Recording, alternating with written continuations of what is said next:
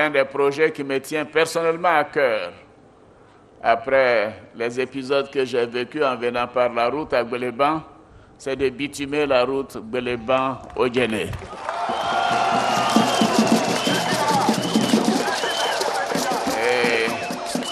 Et je peux vous dire que les travaux commenceront dès cette année. Chers parents, je voudrais vous réitérer tous mes remerciements. Je sais qu'avec vos prières, nous continuerons d'aller de l'avant et que la Côte d'Ivoire sera en paix. Que la Côte d'Ivoire continuera de profiter de la prospérité qui démarre. Que la sécurité étant revenue dans tous les départements, que la Côte d'Ivoire va maintenant renforcer la cohésion nationale, la réconciliation entre les enfants de ce beau pays. Oui, la politique ne doit pas diviser les Ivoiriens. Oui, la politique doit être une saine compétition qui permet aux populations de choisir.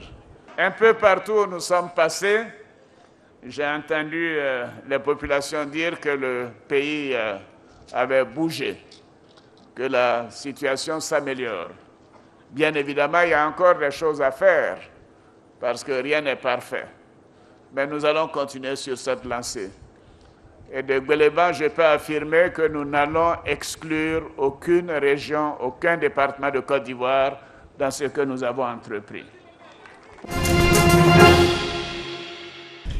C'est la réintégration entière et effective pour les quelques 1500 agents de la Banque africaine de développement en fonction en Côte d'Ivoire. C'était pas évident, aller 11 ans après revenir, c'était pas évident, mais ça a été planifié. Et les autorités de la BAD ont fait de telle sorte que ça se passe vraiment bien.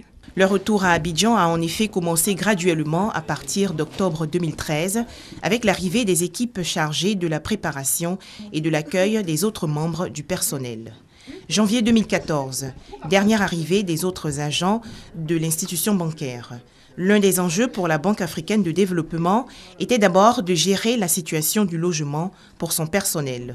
Au niveau de l'éducation, l'école américaine et le lycée français ont été entièrement rénovés pour la rentrée scolaire 2014-2015. La famille s'est vraiment adaptée parce que Abidjan nous manquait. Et aujourd'hui, un retour au pays nous fait le plus grand bien parce qu'il y a longtemps qu'on attendait ça. Et vraiment, on est heureux. Aujourd'hui, les agents de la BAD préparent activement les assemblées annuelles 2015 de l'institution. La rencontre qui va se tenir à Abidjan du 25 au 29 mai prochain verra la participation de plus de 4000 personnes venant des pays membres régionaux et non régionaux. Les travaux porteront également sur l'élection du nouveau président de la Banque africaine de développement. Le syndicat national des producteurs d'eau agrée de Côte d'Ivoire veut accompagner le gouvernement dans son combat contre les sachets plastiques.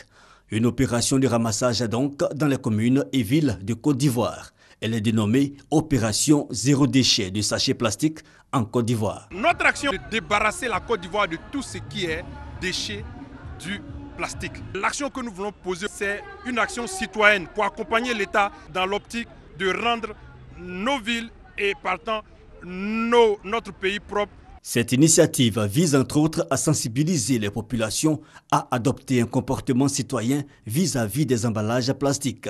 Notons que cette caravane de sensibilisation sillonnera les communes de Yopougon, du Plateau et plusieurs villes de l'intérieur. Bientôt, les populations vont consommer du pain composé local fait à partir du blé maïs et du blé manioc. Cette production de pain de qualité à base de farine composée est faite à partir de 15% de farine locale et de 85% de blé. Le projet pilote de ce pain composé vise à valoriser le vivrier ivoirien et à contribuer à la souveraineté alimentaire de la Côte d'Ivoire. Nous allons mettre du matériel qui fait ce pain-là dans toute la Côte d'Ivoire. Les premiers essais ont eu un grand succès, à tel enseigne que beaucoup de boulangers demandent. Aujourd'hui, non seulement nous pouvons faire du pain avec du maïs, du manioc, mais de la banane, de la patate et puis du riz. Voyez-vous, la technologie est tellement avancée. En général, partout se crée une unité de transformation des activités induites tout autour. Et tout ça, ça va occuper et les jeunes et les femmes, donc avec des emplois nouveaux. Qui dit valorisation dit augmentation du revenu du producteur déjà au niveau du début de la chaîne des valeurs. Alors donc, bien entendu, ça viendra améliorer leurs conditions de vie si leur revenu est amélioré. Ce projet pilote de pain composé local, inspiré de l'expérience du Sénégal, va être exécuté dans les communes et villes périphériques du district d'Abidjan et de 2 villes de l'intérieur, Bouaké et Korogo. L'analyse harmonique, une formule mathématique à la base de la création de bandes magnétiques, d'objets électroniques, de CD, de micro-ondes, mais aussi utilisée dans les travaux des réseaux téléphoniques. En vue de faire connaître cette formule et montrer son importance aux étudiants, une journée a été initiée par des enseignants-chercheurs en analyse harmonique des universités Félix Houphouët-Boigny de Cocody et Nangui Abrogwa d'Abobo Adjamé, journée qui est à sa 2e édition. Les étudiants en master et doctorat de l'UFR mathématiques et informatique présents se disent satisfaits de la tenue d'une telle journée.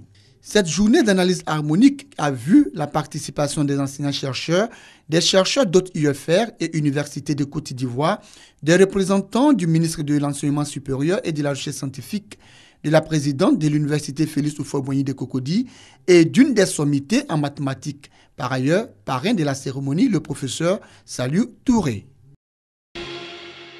Agression, coups et blessures, affrontements, des actes de violence orchestrés dans les établissements scolaires. La violence est un véritable mal pour l'éducation. L'ONG Moko Éducation et Développement sensibilise les élèves contre le fléau. Un concours inter-école est donc initié. Objectif, inculquer les valeurs du dialogue et la culture de la non-violence aux plus jeunes. Ce concours qui a pour objectif d'amener les élèves, les leaders de demain, à savoir prendre la parole et à convaincre à travers les arguments et non la violence. Pourquoi ? Parce que la violence, à un moment donné, avait pris une grande proportion dans nos milieux scolaires et universitaires. Les enfants ont appris à se défendre et ça développe leurs capacités intellectuelles, ça développe leur oralité. Et demain, ils auront à se justifier, à défendre leur point de vue. À tous les niveaux, c'est le raisonnement. Ce concours a réuni plus d'une 50aine d'établissements secondaires du district d'Abidjan. Après les phases éliminatoires, le lycée moderne 1 d'Abobo remporte la grande finale face au lycée municipal 2 de Koumassi. Grâce à ce concours, il a retenu que le recours à la violence n'est pas la solution pour résoudre un problème, parce que la violence est elle-même un problème. Donc c'est le dialogue qui est le meilleur moyen de résolution des conflits. Donc il invite tous les habitants de la Côte d'Ivoire et le monde entier à œuvrer pour la non-violence et utiliser le dialogue comme meilleur moyen de résolution des conflits. Cette activité est à sa 2e édition. L'ONG Moko Éducation et Développement, fidèle à sa vision de faire valoir la force de l'argument pour régler un conflit, souhaite étendre son action à tous les lycées et collèges du pays. Hervé Renard ne commandera plus le banc de touche des éléphants de Côte d'Ivoire. Il avait pour mission essentielle de rebâtir une équipe nationale. Et l'horizon qu'on s'était fixé, c'était l'horizon de la CAN 2017. C'est pour ça qu'on lui avait fait un contrat de deux années avec possibilité de reconduction. Donc la première chose que nous avons fait, c'est donc exprimer notre regret que cette collaboration doive s'arrêter de façon anticipée. Après avoir brillamment remporté la CAN 2015 avec les éléphants, Hervé Renard veut s'attaquer à de nouveaux challenges. En ayant remporté 2 titres en 2012 et en 2015, je me suis dit que, d'une part, je vous l'avoue sincèrement, il me serait difficile de faire mieux sur ce continent. Et je me suis dit qu'il était temps de relever d'autres challenges, c'est-à-dire côtoyer le plus haut niveau de ce qui se fait en club en Europe. Hervé Renard est fortement pressenti pour remplacer René Girard au poste d'entraîneur de Lille en Ligue 1 française. Les dirigeants de la FIF ont accédé à sa demande de partir sans révéler les conditions de cet accord avec leur ancien employé. La fédération a pour sa part déjà entamé des démarches pour trouver un successeur à celui qui, 23 années après, a offert une deuxième Coupe d'Afrique des Nations à la Côte d'Ivoire. Le camouflage total du visage, où on regarde rien que les yeux. Alors là, au moins, avec le gouvernement, nous sommes accordés pour les questions de sécurité. Les questions de sécurité parce qu'il y a eu déjà quand même des témoignages qui ont montré comment les non-musulmans se cachaient à travers ces voiles intégrales pour commettre des actes qui ne sont pas autorisés au niveau du pays. Si le gouvernement interdit cela, bon, ils doivent avoir leur raison. Bon, peut-être c'est pour l'insécurité qui est dans la sous-région, les Boko Haram, tout ça. Bon, ils ont raison sur certains points. Mais s'ils veulent commencer à... Vous savez, quand on prend une décision, la décision parfois, elle est prise par l'autorité, mais ceux qui appliquent cette décision l'appliquent mal. C'est là où le bas blesse.